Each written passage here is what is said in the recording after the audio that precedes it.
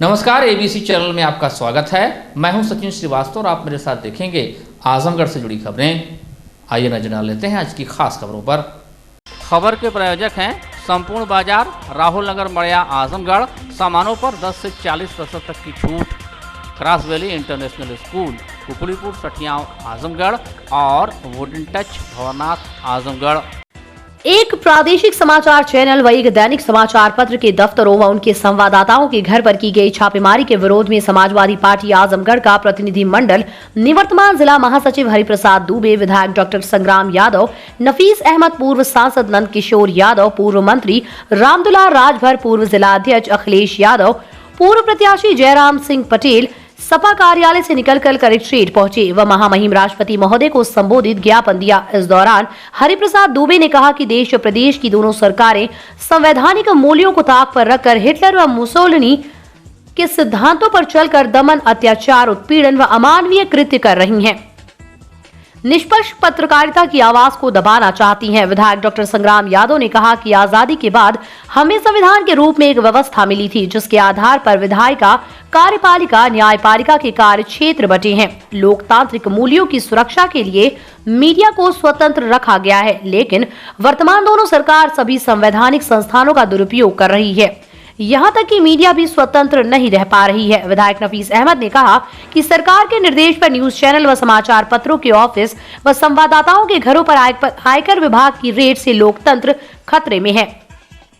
आजादी दिलाने में समाचार पत्रों की अहम भूमिका रही है, लेकिन ये तानाशाह सरकारें अभिव्यक्ति की स्वतंत्रता पर हमला कर रही हैं, जिससे जन समस्याओं को उजागर करने वालों का दमन किया जा रहा है। समाजवादी पार्टी के राष्ट्रीय अध्यक्ष जी लगातार देश की संसद में और उत्तर प्रदेश की विधानसभा में समाजवादी पार्टी का मानना था कि भारतीय जनता पार्टी लोकतंत्र की हत्या कर रही है, तानाशाही पे उतर आई है। अभी आपने देखा होगा कि उनके एक मंत्री ने गैर जिम्मेदाराना बयान दिया कि पूरे देश में ऑक्सीजन की कमी से कहीं कोई मौत नहीं हुई। एक चैनल ने इस पर डिबेट चला दिया, भारत समाचार ने, अखबारों ने लिख दिया कि देश के कई हिस्सों में और देश के सभी राज्यों में ऑक्सीजन की भारी किल्लत थी और मीडिया के लोग भी जानते हैं, देश भी जानता है कि अगर समय पर ऑक्सीजन मिल गई होती तो बहुतों की जान बच जाती। लेकिन भारतीय जनता पार्टी उस स्वस्थ बहस में विश्वास न रखते हुए ऐसे चैनल पर छापेमारी की गई। चैनल के मालिक के ऊपर, चैनल के एडिटर के ऊपर, दैनिक भास्कर अखबार के ऊपर उन्होंने छापेमारी करके उनके ऊपर आयकर के छापे पड़े। एक तरह से लोकतंत्र का चौथा स्तंभ जो मीडिया है, देश के आज़ादी के आंदोलन में मीडिया का प्रमुख योगदान रहा है, लेकिन आज पूंजीपतियों के इशारे पर देश की तानाशाही हुकूमत जनता की आवाज़ को कुचलना चाहती, दबाना चाहती है। जो कोरोना के कारण देश में भुखमरी आई, बेकारी आई, बेरोजगारी आई, आज विश्वविद्यालय, कॉलेज, प्राथमिक विद्यालय सब कुछ बंद है और उनकी अनियमितता को अगर कोई चैनल उजागर करना चाहता, अखबार उजागर करना चाहता है, कोई नेता देश की संसद में बयान देना चाहता है, विधानसभाओं में लोग पक्ष रखना चाहते हैं, तो उनकी आवाज़ को भारतीय जनता पार्टी अपनी भ्रष्ट अफसरशाही का प्रयोग करके उनको दबाना चाहती है। उनके अधिकार कहना चाहते हैं कि हमारे राष्ट्रीय अध्यक्ष जी ने कल स्वतः संज्ञान में लिया। माननीय अखिलेश यादव ने कहा कि लाख तानाशाही हो, लाख छापेमारी हो, लाख मुकदमे दावे जाएं, लेकिन समाजवादी पार्टी चुप नहीं बैठेगी। समाजवादी पार्टी सड़क से लेकर संसद तक जो निष्पक्ष पत्रकारिता है उसके हक की भी लड़ाई लड़ेगी और जो कार्यकर्ताओं के ऊपर फर्जी मुकदमे लगाए जा रहे हैं उन मुकदमों की भी लड़ाई लड़ करके जनता को न्याय दिलाने का काम करेगी। जिला कार्यालय पर जिला अध्यक्ष आजमगढ़ सदर ध्रुव सिंह के नेतृत्व में डॉक्टर अशोक सिंह का प्रदेश चिकित्सा प्रकोष्ठ का सह संयोजक बनाए जाने पर जोरदार स्वागत किया गया। इस अवसर पर जिला अध्यक्ष आजमगढ़ सदर ध्रुव सिंह ने कहा कि शीर्ष नेतृत्व ने डॉक्टर अशोक सिंह को चिकित्सा प्रकोष्ठ उत्तर प्रदेश का सह संयोजक बनाकर आजमगढ़ जनपद का सम्मान बढ़ाया है। डॉक्टर अशोक सिंह सदैव सबकी सहायता के लिए तत्पर रहते हैं। कोविड जैसी महामारी के समय में लोगों की इन्होंने हर संभव सहायता करने का कार्य किया है। इस अवसर पर उत्तर प्रदेश चिकित्सा प्रकोष्ठ के सह संयोजक डॉक्टर अशोक सिंह ने कहा कि आजमगढ़ के जिला अध्यक्ष, नेताओं, पदाधिकारियों, कार्यकर्ताओं, क्षेत्रीय अध्यक्ष के सम्मिलित प्रयास से शीर्ष नेतृत्व ने ये जिम्मेदारी मुझे सौंपी है। मैं प्रदेश अध्यक्ष स्वतंत्र देव सिंह सहित सभी के प्रति आभार व्यक्त करता हूं। मैं आप सबके सहयोग से पूरे प्रदेश में चिकित्सा प्रकोष्ठ को सक्रिय करते हुए चिकित्सा क्षेत्र में हर संभव सुधार करने के लिए काम करूंगा और इस प्रयास में आजमगढ़ को एक रोल मॉडल के रूप में स्थापित करने का कार्य करूंगा। चिकित्सकों की भी अपनी समस्याएं होती हैं। मैं चिकित्सकों की समस्याओं को प्रदेश सरकार तक पहुंचाकर उन समस्याओं के समाधान का कार्य करूंगा। इस अवसर पर जिला अध्यक्ष आजमगढ़ सदर ध्रुव सिंह, जिला अध्यक्ष लालगंज ऋषिकांत राय, विनोद राय, अखिलेश मिश्रा, गुड्डू, रामाधीन सिंह, डॉक्टर डीपी राय, डॉक्टर सुभाष सिंह, अरविंद जायसवाल, प्रेम नारायण पांडे, जयनाथ सिंह, डॉक्टर श्याम नारायण सिंह, हनुमंत सिंह, हरीश तिवारी, विनोद उपाध्याय, पूनम सिंह, पवन सिंह मुन्ना, सत्येंद्र राय, विनय प्रकाश गुप्ता, पंकज सिंह कौशिक, पदाधिकारी व कार्यकर्ता मौजूद रहे।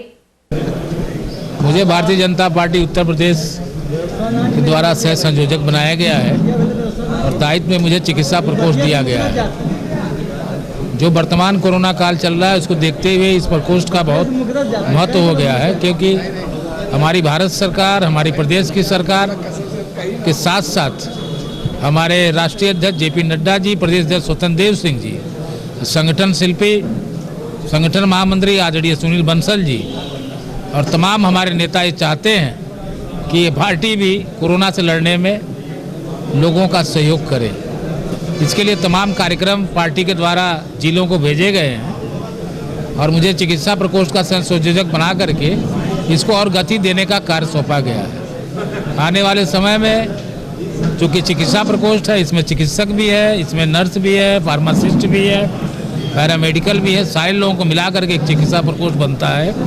मैं सबको मिला जुला करके और पार्टी के लोगों को साथ लेकर के ये कार्यक्रम ऐसा करना चाहता हूं जिससे लोग कोरोना से बचे भी और आने वाले समय में सारे लोग मिल करके कोरोना ही नहीं कोई और भी बीमारी आए उससे लड़ते रहें।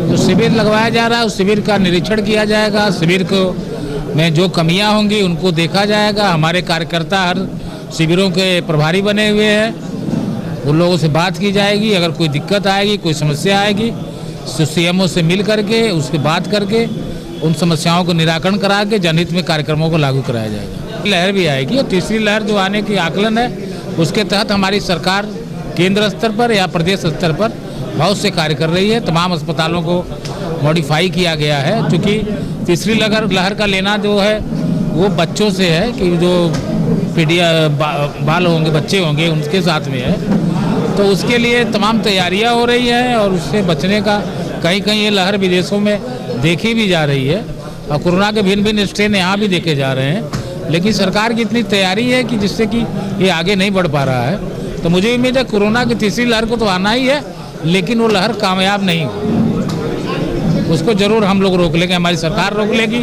और पार्टी रोक लेगी। राजेश कुमार ने आज नेहरू हॉल के सभागार में बेसिक शिक्षा में 69,000 सहायक अध्यापक भर्ती प्रक्रिया के अंतर्गत तृतीय चरण में 6,696 पदों के सापेक्ष जनपद के 110 नवनियुक्त अध्यापकों को नियुक्ति पत्र वितरित किया। जिलाधिकारी ने नवनियुक्त अध्यापकों को संबोधित करते हुए कहा कि बच्चों में स्कूल मैनेजमेंट, अपने साथियों एवं जनता के बीच आपके व्यवहार का बहुत असर पड़ता है। उन्होंने कहा कि आप सभी अपने आचरण के द्वारा एक आदर्श समाज का निर्माण करें, अपनी पूरी ईमानदारी एवं निष्पक्षता तथा पारदर्शिता पूरी सेवा में दिखाएं। बच्चे देश का भविष्य होते हैं। जब आप उनको पूरी लगन एवं निष्ठा के साथ पढ़ाएंगे तो वो आगे चलकर देश एवं समाज का नाम रोशन करेंगे, जिसमें आपकी भूमिका महत्वपूर्ण है। उन्होंने अध्यापकों को संबोधित करते हुए कहा कि अपनी मेहनत एवं लगन से प्राथमिक शिक्षा को बेहतर बनाएं। उन्होंने कहा कि आप सभी के प्रयासों से प्राइमरी स्कूल को भी प्राइवेट स्कूल के बराबर बड़ा कर सकते हैं। Inner wheel club of Azamgarh द्वारा सोशल डिस्टेंसिंग के साथ दायित्व ग्रहण समारोह का आयोजन शुक्रवार को नगर के रोडवेज स्थित एक होटल के सभागार में किया गया, जिसमें लाजो अग्रवाल को अध्यक्ष, मंजू अग्रवाल को सेक्रेटरी, वैजयंती साह को ट्रेजिडार, ISO प्रिया अग्रवाल व लता सिंह को एडिटर का पदभार ग्रहण कराया गया। कार्यक्रम की शुरुआत इनर व्हील प्रार्थना एवं श्री गणेश वंदना के साथ हुई। इसके बाद नवनिर्वाचित प्रेसिडेंट लाजो अग्रवाल को निवर्तमान प्रेसिडेंट अमिता अग्रवाल द्वारा कॉलर पहनाकर औपचारिकता पूरी की गई। सभी के प्रति आभार जताते हुए नवनियुक्त प्रेसिडेंट लाजू अग्रवाल ने कहा कि मुझे जो महत्वपूर्ण जिम्मेदारी मिली है उस पर सदैव खरा उतरने का कार्य करूंगी। प्रेसिडेंट श्रीमती लाजू अग्रवाल ने आगे कहा कि इनरव्हील क्लब सेवा एवं सहचर्य की अंतर्राष्ट्रीय व गैर सरकारी स्वयंसेवी संस्था है, जो कि सदस्यों के आपसी सहयोग से सामाजिकता के शिखर मुकाम पर पहुंचती है। इनरव्हील क्लब सदैव शिक्षा के प्रति लोगों के जागरूक करने की दिशा में निराश्रितों, पीड़ितों, महिला को आत्मनिर्भर व सशक्त बनाने की कड़ी में अपना 100% योगदान देती रहती है। पूर्व की भांति ही इनरव्हील क्लब आगे भी अपनी सामाजिक जिम्मेदारियों का निर्वहन बखूबी करती रहेगी। क्लब की पूर्व सचिव द्वारा वार्षिक रिपोर्ट प्रस्तुत की गई, जिसके बाद सत्र 2021-22 के लिए निर्वाचित टीम को पदभार समारोह संपन्न हुआ। इसके बाद इनरव्हील क्लब ऑफ आजमगढ़ के आगामी कार्य योजनाओं का खाका खींचा गया। साथ ही आगामी 30 जुलाई के कार्यक्रम की तैयारियों को लेकर मंत्रणा किया गया। इस अवसर पर डॉक्टर अलका सिंह, दीपशिका अग्रवाल, संतोष जालान, डॉक्टर गिरिजा यादव, पुष्पलता श्रीवास्तव, वंदना सिंह, रश्मि श्रीवास्तव, रीचा अग्रवाल, रुचि अग्रवाल, रीता अग्रवाल, अर्चना जालान, ऋतु अग्रवाल, गीता अग्रवाल, रीता खेतान समेत आदि क्लब की सदस्य मौजूद रहीं। पील की तरह से अध्यक्ष चुना गया है और आज मैं इन सभी लोगों की बहुत आभारी हूँ, जो इन्होंने मेरे ऊपर इतना विश्वास जताया और मुझको अध्यक्ष के रूप में चुना। मैं पूरी निष्ठा के साथ इस कार्य को करूंगी और अर्चना जी जो मेरी चेयरमैन है, उनके सारे प्रोजेक्ट को पूरा करूंगी। मुझे इस 21-22 में सेक्रेटरी के पद के लिए मेरी मेंबरों ने मुझे चुना है। मैं अर्चना वाजपेयी मेरी डिस्ट्रिक्ट चेयरमैन है। मैं उनके बताए रास्ते पे चलूँगी और उनके कदम पे कदम मिला के चलने का पूरी कोशिश करूँगी। सारे प्रोजेक्ट करने की पूरी कोशिश करूँगी। और हमारे डिस्ट्रिक्ट चेयरमैन अर्चना वाजपेयी जी के जितने प्रोजेक्ट हैं, उस प्रोजेक्ट में वृद्धा आश्रम में जिनको जो भी नीड है उस नीड को पूरा करना है। और उनके सबसे बड़ा उनका प्रोजेक्ट है कि किसी भी गांव को आप अडॉप्ट करिए, उस गांव को अडॉप्ट करिए, उसमें जितने सुविधाएं आप उस गांव को दीजिए। ये हमारा सबसे बड़ा प्रोजेक्ट है। हाँ, मैं और मेरे इनरव्हील की जितनी बहनें हैं, हम लोग सब लोग कदम से कदम मिला के चलेंगे और मैं उन लोग के सहयोग के बिना अधूरी रहूँगी। अगर उन लोग का सहयोग रहेगा तो हम लोग पूरा साथ कदम से कदम मिला के चलेंगे। आजमगढ़ में डीएम आवास के पास पोल पर चढ़कर फॉल्ट ठीक कर रहे प्राइवेट लाइनमैन की करंट से झुलसने व नीचे गिरने से मौत हो गई। मामले में विभाग के अधिकारियों की लापरवाही का आरोप लगाकर परिजन मुआवजे की मांग कर रहे हैं। पीड़ित पिता ने तहरीर में आरोप लगाया कि डीएम आवास की लाइन खराब होने पर देर रात एसडीओ व जेई उसके पुत्र को बुलाए थे। विद्युत अधिकारियों की लापरवाही के चलते संविदा लाइनमैन का काम करने वाले लोगों की जान हमेशा खतरे में बनी रहती है। आए दिन हादसों के कारण या तो मौत के शिकार होते हैं या तो झुलस जाते हैं। रानी की सराय थाने के अराजीबाग मती गांव निवासी रामनयन यादव पुत्र लौटन यादव पिछले 10 वर्ष से बतौर संविदा लाइनमैन काम कर रहे थे। लखनऊ की कंपनी से अनुबंध था। बताया जा रहा है कि देर रात में एसडीओ वीरेंद्र सिंह व जेई राजेश कुमार ने कॉल कर डीएम आवास के पास पोल पर फॉल्ट ठीक करने को बुलाया।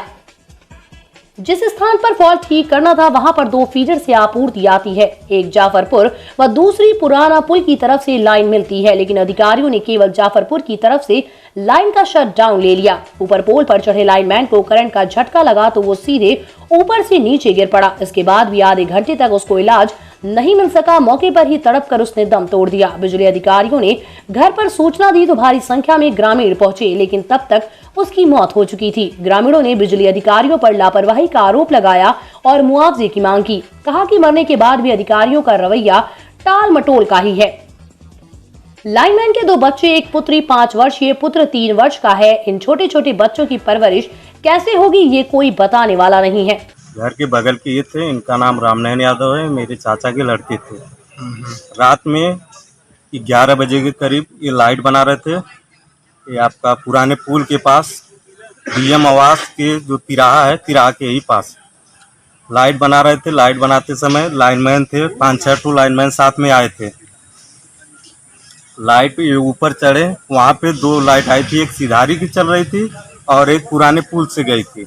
एक का सिट डाउन जेई साहब लिए थे, दूसरे का सिट डाउन कैसे क्या हुआ, इनको चढ़ा दिए लोग ऊपर। ये ऊपर चढ़े गए, वहाँ अपना पिलास लगाए, तुरंत लाइट पकड़ ली, पैर पूरा जल गया एक साइड का। उसके बाद गिर गए नीचे, परंतु उनकी मृत्यु हुई नहीं थी। करीब आधा घंटा तक तड़पड़ा के पूरा वहीं पड़े थे। आधे घंटे बाद जब हमारे गांव में पता चला, हम लोगों के यहाँ फ़ोन आया, कर्मचारी फ़ोन किए जाफरपुर पावर हाउस से, तो हम लोग वहाँ पहुँचे। वहाँ गए, देखे तो उस समय एक्सपायर कर चुके थे। लेकर आते ही समय वहाँ डीएम आवास है, डीएम आवास के पास अगर आदमी मर रहा है, डीएम साहब के यहाँ से भी कोई कर्मचारी नहीं आया। वहाँ 2 होमगार्ड बैठे थे, होमगार्ड भी भाग गए। देखे जो कर्मचारी थे साथ में, इस लड़के के साथ जो कर्मचारी काम कर रहे थे, वो कर्मचारी भी छोड़कर भाग गए। तो यही सब है। अगर डीएम साहब के बंगले के पास ऐसा हो रहा है, आदमी आधे घंटे तक जिंदा है, अगर तड़फड़ा रहा है, तो कोई ना कोई अधिकारी, कोई होमगार्ड भी तो उठा सकता है उसको। आखिर आगे क्या रणनीति है, क्या शासन से क्या मिला आश्वासन, कुछ मदद मिला? कुछ मदद नहीं मिल रही है। कोई आया है संगठन के, इनके बिजली विभाग का अध्यक्ष, सुबह से हम लोगों को ये 7 बजे से यही कह रहा है, पैसा देंगे, ये मिलेगा, वो मिलेगा। सुबह से हम लोग पीछे पीछे दौड़ रहे हैं, अभी कुछ नहीं मिला। क्या मांग है आपके, क्या चाहते हैं? मांग क्या है, उनके 2 बच्चे हैं, एक लड़की है, 6 साल लड़की है, 3 साल का लड़का। हम लोग यही चाहते हैं कि कुछ मिल जाए, उनका पालन पोषण हो। तो चला गया, लेकिन यहाँ आते हैं, बिजली विभाग के सब आए हैं, उल्टा पुल्टा बात कर रहे हैं। आज मिलेगा, कल मिलेगा। आजकल क्या मिलेगा? जो मिलना है आज मिले, अभी मिले। वो तो आपको अपने घर से देना नहीं है। 5 लाख का बीमा इन लोगों का है। 5 लाख का जो बीमा है, 5 लाख का बीमा तो कंपनी देगी। जिस कंपनी में लोग काम करते हैं, जिस ठेकेदार के यहाँ काम करते हैं, वो तो फिक्स है उन लोगों का बीमा देना। अब उसके बाद जेई एडीओ एसएसओ, अगर ये लोग कुछ मदद कर देते तो उनका घर का थोड़ा सा और बढ़िया मजबूती बन जाती। अब तो है नहीं, कमा कर कौन देगा उनको? बस उल्टा पुल्टा खिला के ये हो जाएगा, वो हो जाएगा। तो नौकरी देखिए, नौकरी वो अगर परमानेंट दे रहे हैं, कह रहे हैं उनकी औरत को नौकरी मिलेगी, वो सरकारी तो थे नहीं कि उनको नौकरी मिलेगी। संविदा पे ही नौकरी करवा रहे हैं उनसे, संविदा। अतरौलिया थाना क्षेत्र के लोहरा गांव निवासी धूप नारायण सिंह ने अतरौलिया थाने में प्रार्थना पत्र देकर आरोप लगाया कि मेरा छोटे पुत्र संतोष कुमार सिंह, जो कि इस समय आर्मी में पोस्ट है, मुझे जान से मारने की धमकी देता रहता है तथा जबरदस्ती संपत्ति को अपने नाम कराने को दबाव बना रहा है। मेरे द्वारा मना करने पे आए दिन मुझसे मारपीट करता रहता है। अभी पिछले महीने आया था, तब भी मारपीट करके गया है। अब प्रतिदिन फोन से धमकी देता रहता है। धूप नारायण सिंह ने बताया कि पत्नी की मौत के बाद अपने दोनों बच्चों को काफी दुलार से पाल पोस कर बड़ा किए। बड़ा बेटा तो कुछ हाथ बटाता है, जो इधर उधर मजदूरी करके हमारी और अपने परिवार की जीविका चलाता है। वहीं छोटा पुत्र विवाह के कुछ दिन बाद ही अपने ससुराल जीयनपुर में रहने लगा। अब संपत्ति को अपने नाम कराने का दबाव बना रहा है। जब हमने उससे अपना खर्च मांगा तो वो खर्च देने से भी मुकर गया और जान से मारने की धमकी देने लगा। कई बार तो वो मेरे ऊपर हाथ भी उठा चुका है। पिछले महीने घर आया था, मारपीट करके चला गया। 2-3 दिनों में मुझे जान से मारने की फोन पर धमकी देता रहता है। जबरदस्ती घर के कमरों में ताला लगा दिया। इस समय घर में रहने की व्यवस्था नहीं थी। कुछ जमीन बेचकर घर बनवा रहा था, उसी समय आकर काम भी रुकवा दिया। इस समय खुले आसमान के नीचे तथा पास पड़ोस के लोगों के बीच रहकर अपना गुजर बसर कर रहा हूँ। नौकरी करता है, वो हमको मारने की धमकी देता है और इसके बाद तरह तरह से वो प्रताड़ित करता है। 3-4 बार हमारे ऊपर हाथ भी उठा चुका और इसी नाते से मैं बहुत परेशान हूँ। मेरी मदद कीजिए। आप थाने पे आए हैं, प्रार्थना कर दिए हैं? जी नहीं सर। क्या कहते हैं लड़का आपका, क्यों आपको बाहर निकाला है या क्यों ताला? इस नाते ससुराल में रहता सर, आज 5 रहता है और ये अपना किराया कैसे उसको हम नहीं जानते हैं। आज 5-6 साल से ऐसे सर्विस करें, तब से शादी किए हैं, तब से अपने ससुराल में नहीं रहा। 5 साल में 6 साल में मेरी कोई मदद उन्होंने नहीं की। इसका कारण क्या है कि कहाँ है आपके खिलाफ है लड़का? इस नाते खिलाफ है कि वो हमसे उसकी बीवी, अपनी बीवी के कहने में आकर के वो सब कुछ असर कर रहा, बाकी कोई बात नहीं। ये कहाँ रहे हैं इस समय? हम अपने लोहरा में रह रहे हैं। नहीं, लोहरा मकान है बता रहे हैं? जी हमारा निजी मकान है सर, आजमगढ़ में वो रहते हैं। यहाँ से जा करके आजमगढ़ में जब से सर्विस कर रहे हैं तब से आजमगढ़ में रहते हैं। नहीं, ये बता रहे थे कि लोहरा का मकान गिरा पड़ा है, उसको बनवा रहे थे। जी हाँ, उसका लोहरा का घर हमारा सर गिरा पड़ा था।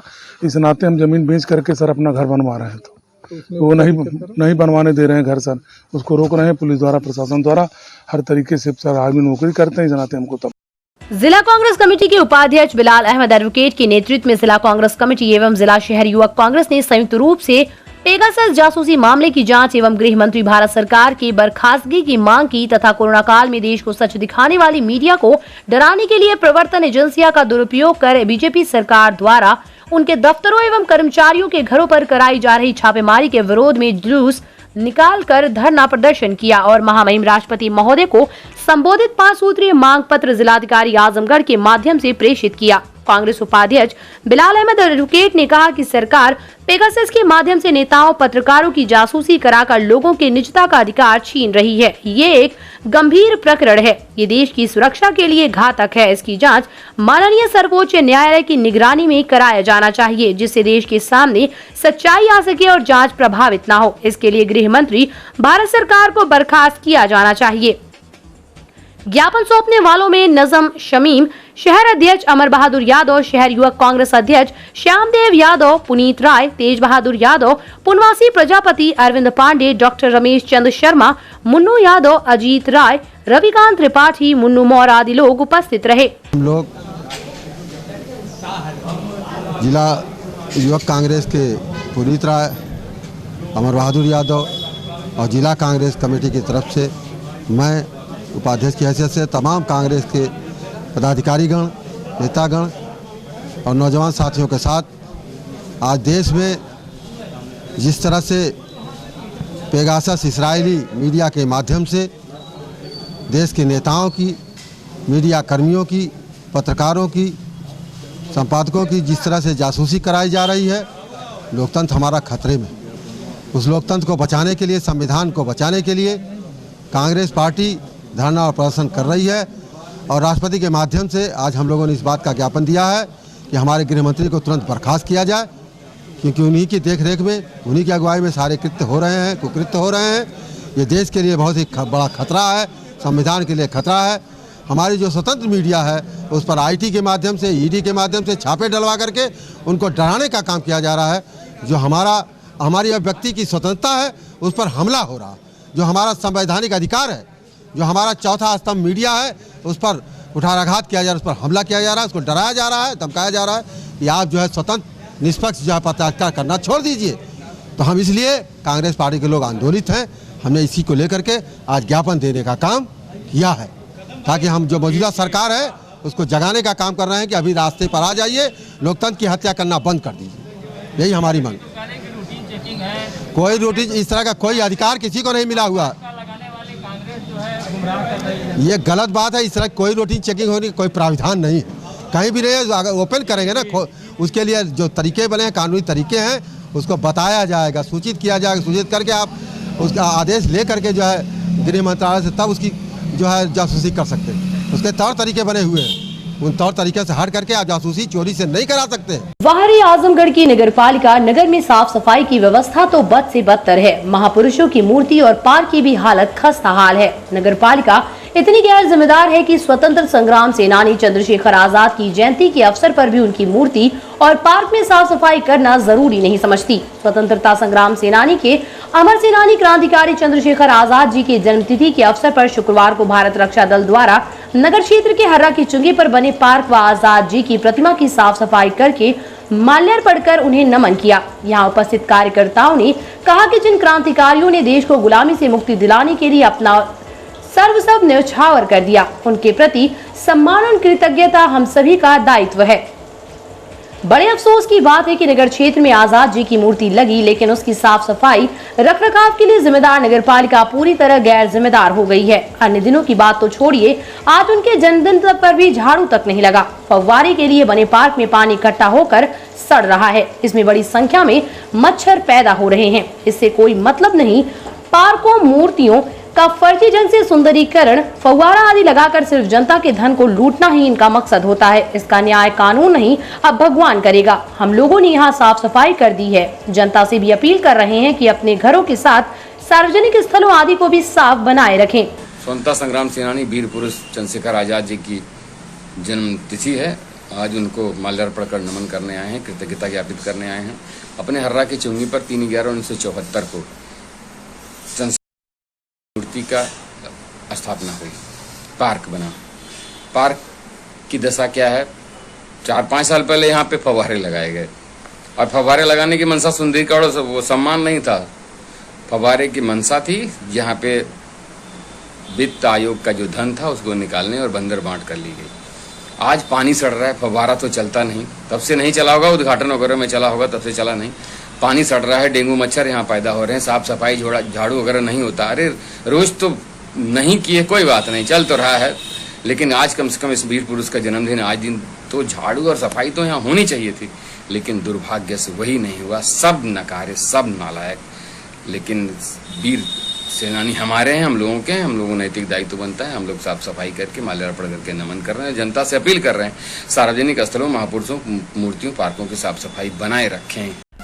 वुडन और एल्युमिनियम हुआ पुराना, यूपीवीसी विंडो और डोर्स का आया जमाना। अपने घर, मकान और ऑफिस में लगवाएं शानदार यूपीवीसी विंडो और डोर्स। दीमक, पेंट, पॉलिश के खर्चों से बचें। High security, sound proof, energy saving, fire resistant, water proof, one time investment. UPVC window और डोर्स अब आपके शहर आजमगढ़ में उपलब्ध। Windows INC besides BJP office, roadways, civil lines, Azamgarh. Wall interior के लिए भी संपर्क करें। 3D wallpaper, 5D wallpaper, designing wallpaper, kitchen, bedroom and drawing room wallpaper. संपूर्ण बाजार, राहुल नगर, मड़िया, आजमगढ़। किराना store, general merchant, cosmetic, fast food, home and kitchen के सामानों का आजमगढ़ का सबसे बड़ा प्रतिष्ठान। फूड ग्रेन्स, ऑयल्स और सभी प्रकार के मसाले, cosmetic store, snacks store, summer drink and beverages, cleaning and house hold, home और किचन के product, bakery store, dairy product. सभी सामान मार्केट रेट से सस्ता और अच्छा, 10 से 40% तक की छूट। पतंजलि के सामानों पर 15% तक विशेष डिस्काउंट। शादी विवाह के सामानों की खरीदारी पर स्पेशल ऑफर। संपूर्ण बाजार, Rahul Nagar, Madiya, Azamgarh. Wooden Touch, Bhanwarnath, Azamgarh. A complete hardware store. हमारे यहाँ branded plywood, flush door, designer door, PVC door, Formica, fancy hardware, kitchen की चिमनी एवं मॉड्यूलर किचन की एक्सक्लूसिव रेंज उपलब्ध। अपने आशियाने में लगाइए 4 चांद, पहुंचिए वुडन टच, भंवरनाथ, आजमगढ़।